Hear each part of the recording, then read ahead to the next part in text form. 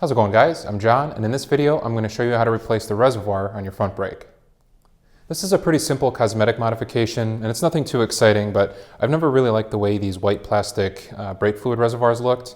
And there's a variety of aftermarket options available. A lot of times those are aluminum. But what I'm actually replacing this with is another Kawasaki part. It's the same brake fluid reservoir, but it's for the 2020 model. And it comes in like a dark smoke color. So I just like the way that it looks. And what's also nice is that it bolts right up to the existing brackets.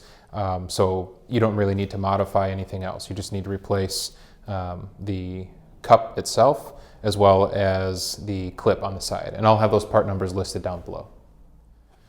So this white cup here is what we're replacing. And like I mentioned, I'm using the Kawasaki part.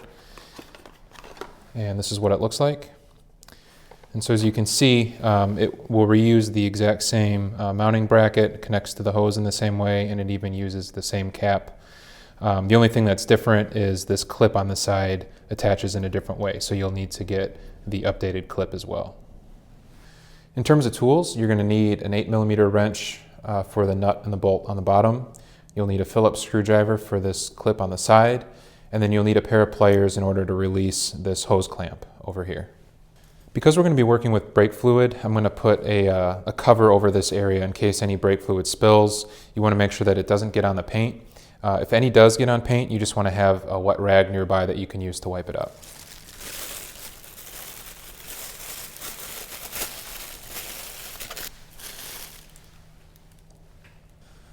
Okay, the first thing I'm going to do is take off the screw on the side.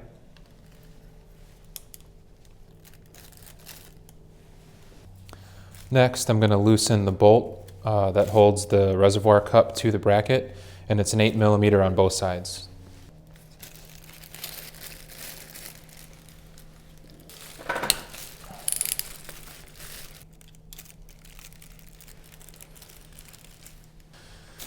Once you've removed the bolt on the bottom, then this bracket is disconnected from the reservoir, and this is free to move.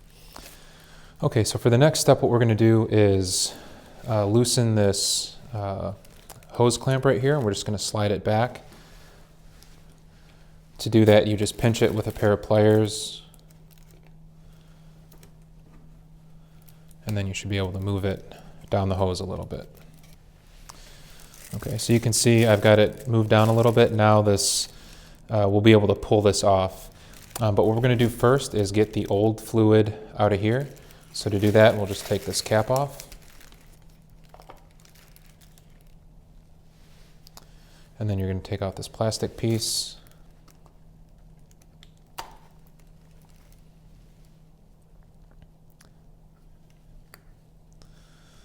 And then the rubber diaphragm underneath it. Okay, now we're going to carefully pour out the fluid into this cup. If you wanted to reuse the fluid, you could. I've got another bottle of fluid, so I'm just going to add new fluid to this. And then this is, because we're pouring fluid, you want to make sure you're extra careful to not get any on the bodywork on the bike.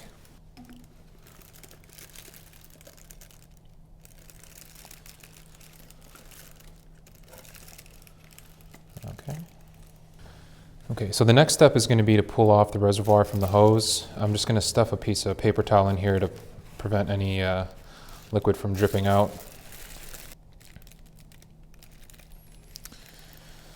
Okay, so now we've got the old cup off, and I'm holding this hose facing up so that air doesn't go back down into the master cylinder. At this point, you're just going to want to push the new reservoir cup into the hose. Just like that. All right. Now what I'm going to do is squeeze this hose clamp and slide it back up.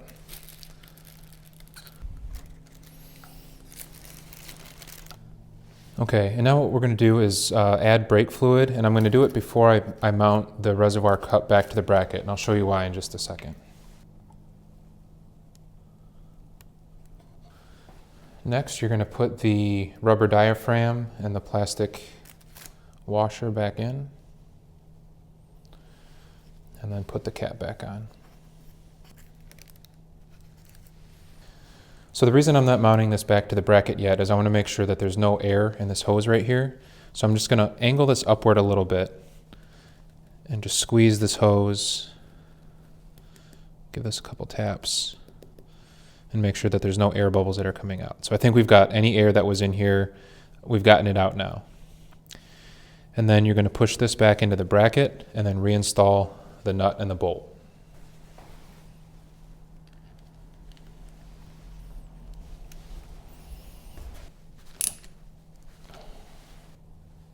The final step is to put the new clip on the side, and you're going to reuse the same screw that held on the previous clip.